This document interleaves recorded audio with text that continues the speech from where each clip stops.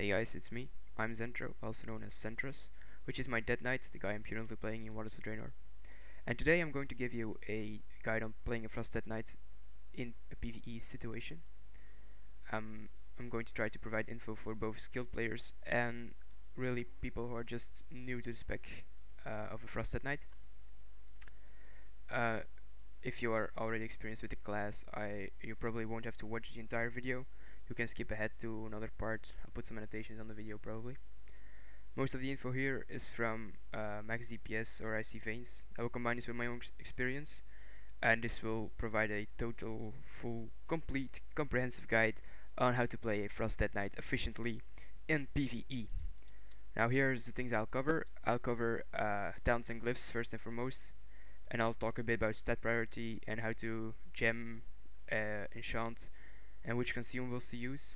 It's all kind of tied together, those last things. Then I'll go into the basic rotation and continue with some section I called advanced techniques, which is basically what to do when killing machine procs. And then I may talk a bit about macros and add-ons which can be useful to Dead Knights. Before we dive into my guide, it's meant to be helpful to all Frost DKs, as I told you.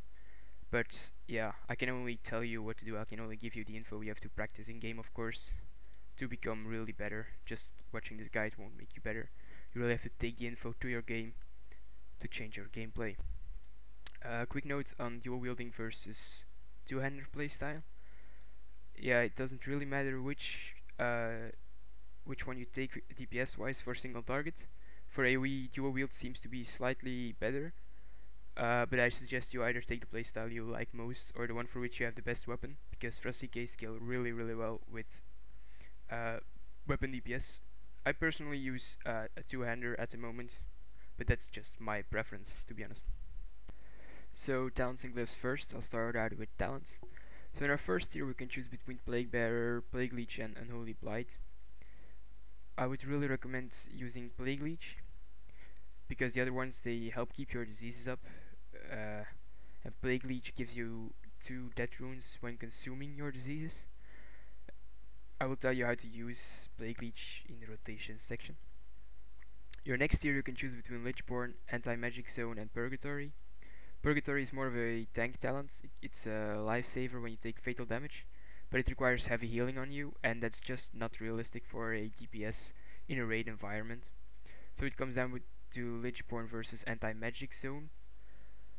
I would suggest newer players they take Lichborn, because it's easier to manage. It's just a little self-heal for you. You use it whenever you need a little extra healing. Whereas Anti-Magic Zone, yeah, it requires some knowledge of the fights. You really have to know when to use it, where to place it. It can be a lifesaver for your raid if you place it at the right time, on the right spot. So it's actually, yeah, it can be better, but it's pretty situational. But Lichborn doesn't heal for a lot, so it's Anti-Magic Zone is probably better. Next tier is between Dead's Advance, Chill Blaze and Asphyxiate. Well, Chill Blaze and Asphyxiate are mostly CC abilities, which aren't that useful in raid environments. They're mostly for PvP. Whereas Dead's Advance passively increases your speed, and it also, when you activate it, makes you move faster. So yeah, in PvE you'd want to use Dead's Advance, because especially for high mobility fights, you want to be as close to the boss as often as possible. And yeah, we're melee DPS, so yeah, go with Dead's Advance. The 4th tier, and this is where it gets really interesting. You get to choose between Blood Tap, Runic Empowerment and Runic Corruption. They're all ways to give you death runes by spending runic power. For newer players, I suggest taking Runic Empowerment. Runic Corruption is just not as good as the other two. So for new players, I'd suggest taking Runic Empowerment, because it's just a passive, so it's less abilities to manage. But once you get used to your rotation, I suggest taking Blood Tap, because it will increase your DPS if you know how to use it. and I will cover that in the rotation section probably. Now, the next tier, the fifth tier, it's between Death Pact, Dead Siphon, and Conversion. I personally choose Death Pact because it's just an instant ability which you can cast every 2 minutes and it gives you 50% of your health. So if you drop down low, below 50% of your health, you just use it, and that's it. The other two, the main reason for not taking them is because they cost resources. Dead Siphon costs a rune, Conversion costs runic power, and yeah, that's a DPS loss, and you don't want that in a raid, of course. The next tier, the sixth tier, are some utility abilities. The first one is Gorfiend's Grasp, the second one is Remorseless Winter, and the last one is Desecrated Ground. Last one is mainly to counter CC, which is not very useful in most raid situations. Yeah, it's just choosing between Gorfiend's Grasp and Remorseless Winter, and it kind of depends whichever you like and what the fight demands. Gorfiend's Grasp, it's you can target a player or an enemy, just a unit basically, and any mob within 20 yards will get pulled to that location, the location of your target. Remorseless Winter is a stun after 5 seconds. Yeah, I like to use it on at heavy fights, like Tectus for example. Your last tier is between Necrotic Plague, Defile, and Breath of Sindragosa. I really suggest taking Defile. The other two are really behind on DPS. The only disadvantage of Defile is that you have to place it on the ground, so it's not really handy where the boss moves a lot. But yeah, it's still better than Breath of Sindragosa and Necrotic Plague. So I'll talk about glyphs now. The major glyphs, you really have a choice between 4 glyphs. And the first one I'm going to talk about I'm not using. It's Race Ally, Glyph of Race Ally, which removes the runic power cost of Race Ally. So if you find yourself resting often in raids, I suggest taking that because no runic power spent means no DPS loss when raising an ally, which should come in handy if you need it. Now, Glyph of Icebound Fortitude reduces the cooldown and the duration of Icebound Fortitude. We are DPS, so we basically take damage in spikes if we take any damage at all. And then this glyph just allows us to use it more often. And it will not last as long, but it's not as necessary because we're not tanking. As I said, we take spike damage.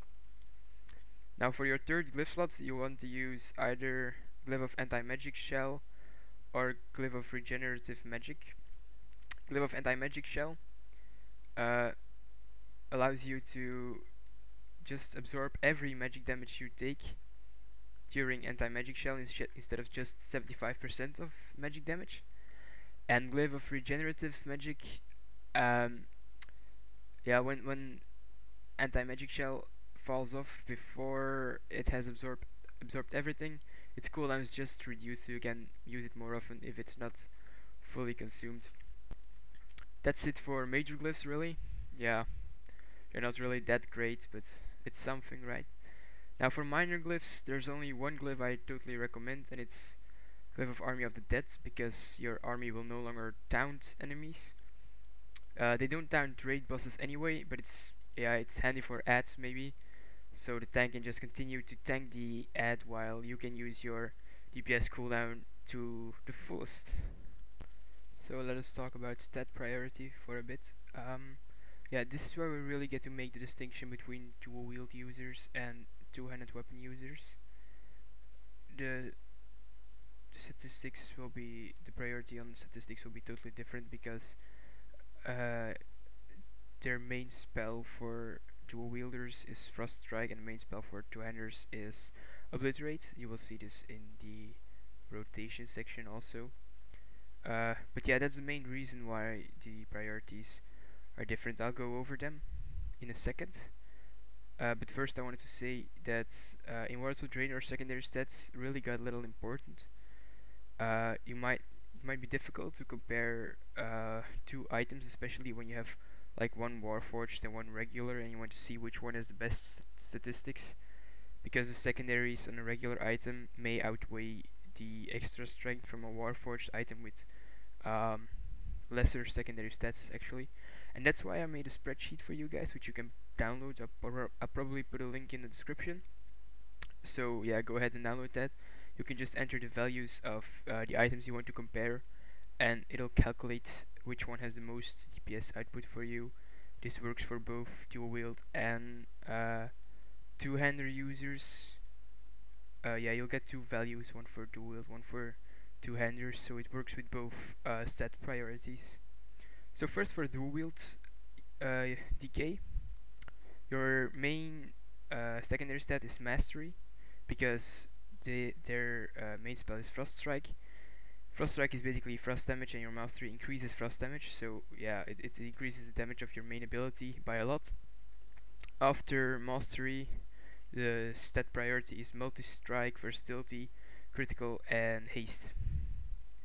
Now for a 200 DK, your main ability is obliterate, which doesn't scale as well as frost strike with extra frost damage.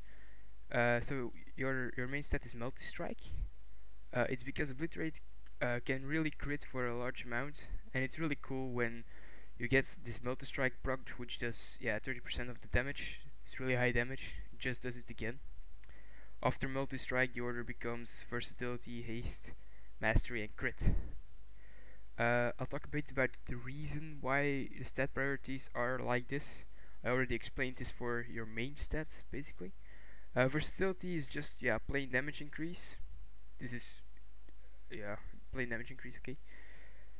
Crit is ranked low for both playstyles because you get a lot of crits already because of your killing machine procs.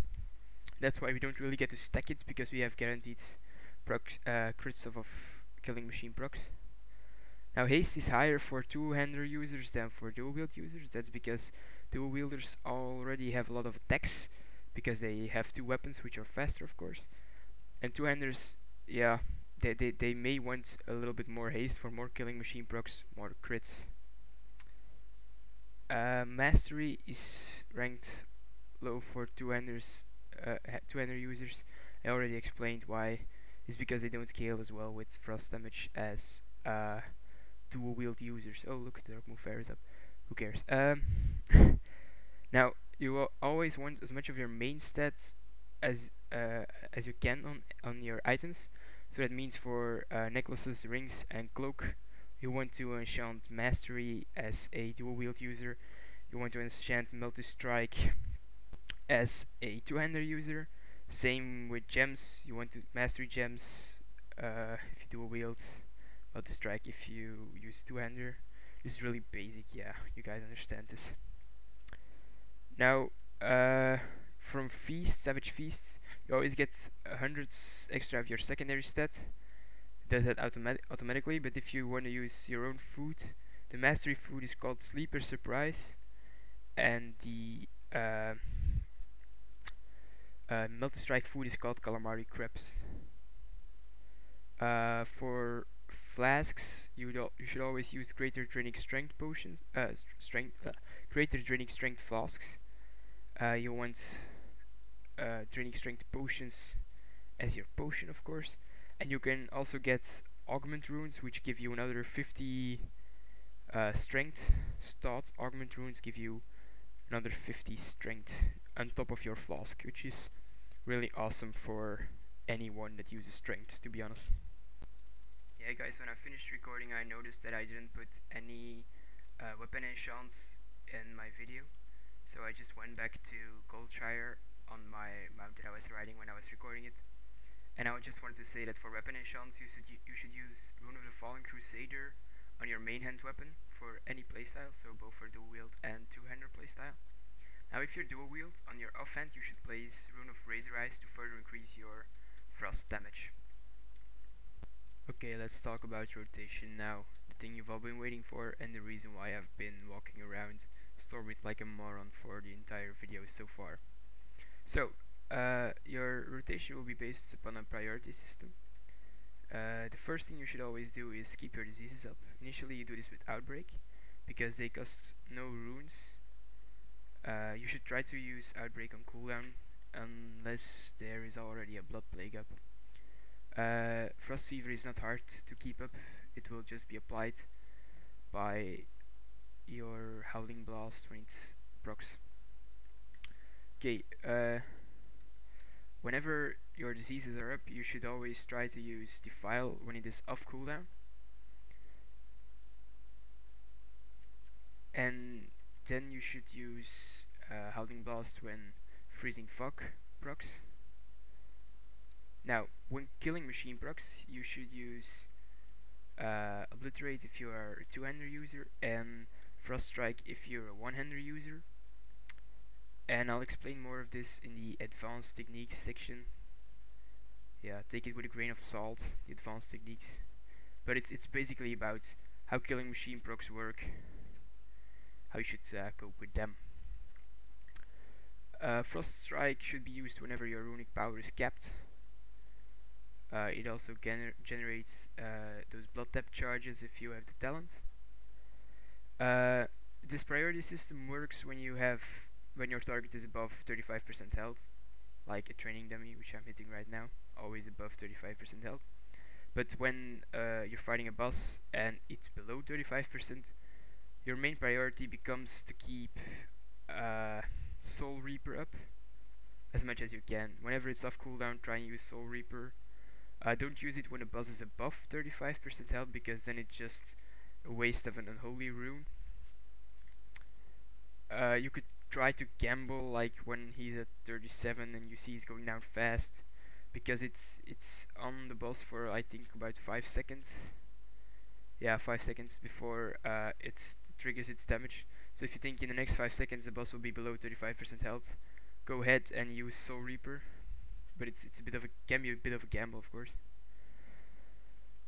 Now about Plague Leech, the talent you took in your tier 1, the talent I suggested.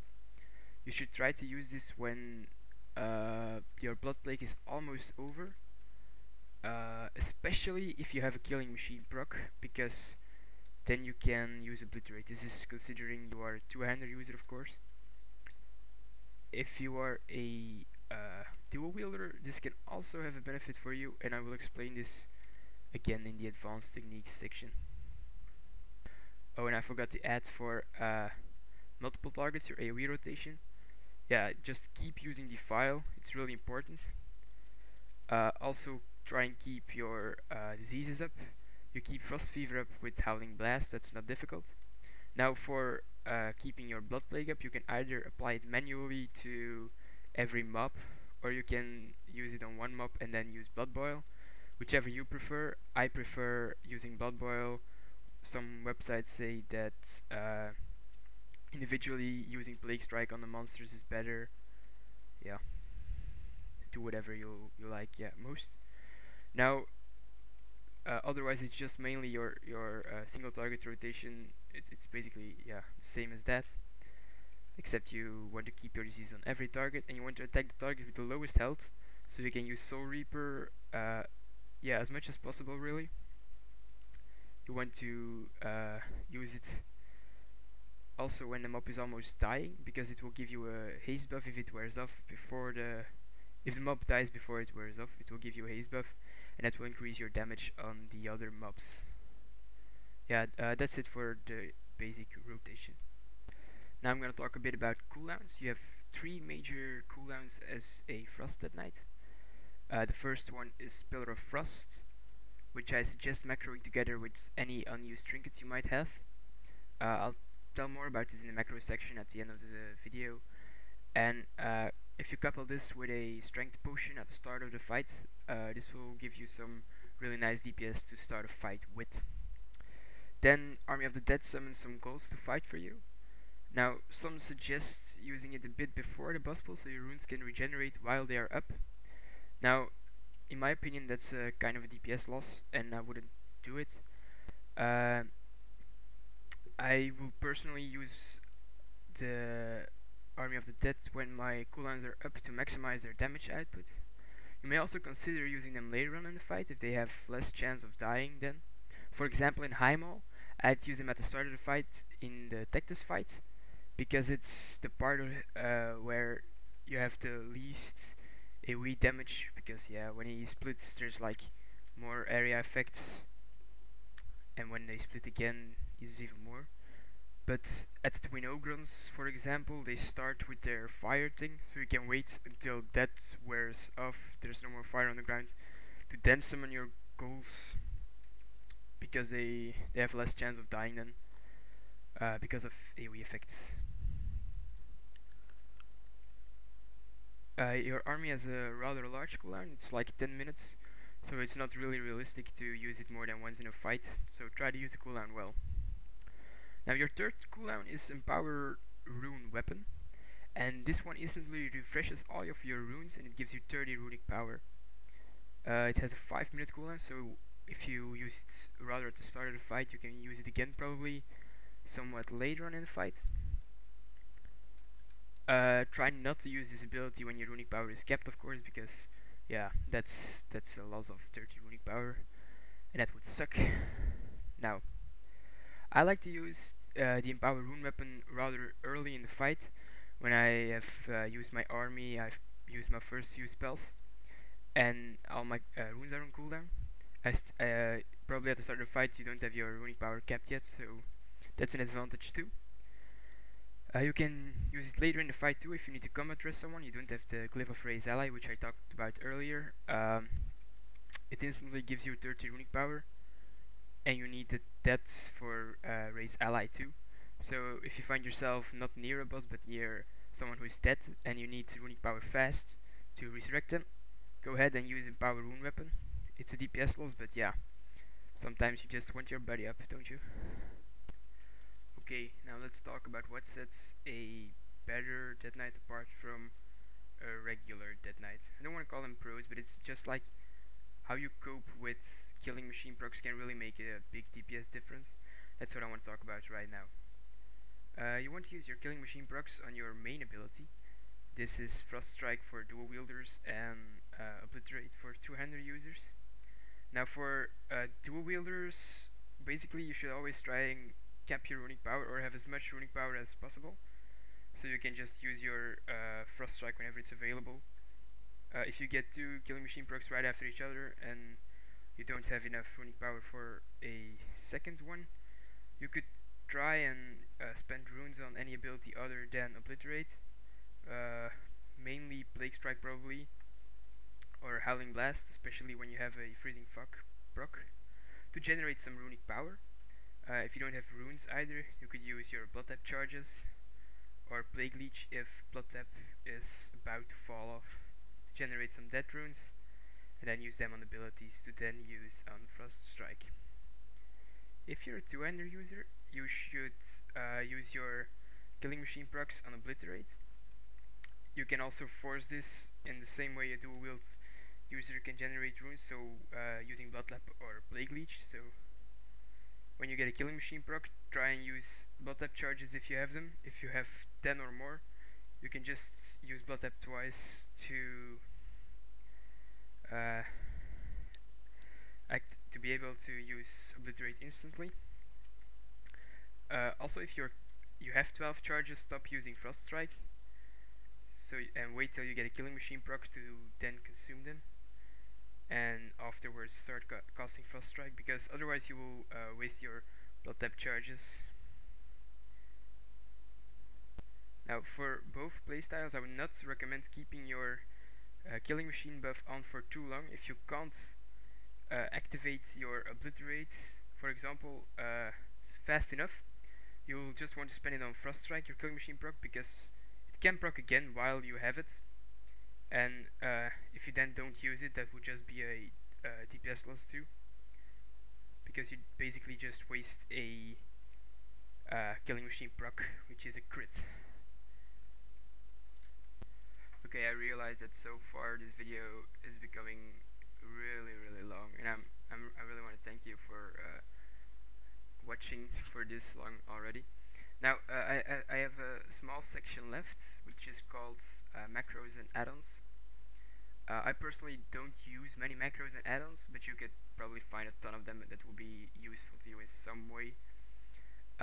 Some macro that I really found useful, already talked about this, but this is a burst macro basically, and it combines my pillar of frost with my trinkets.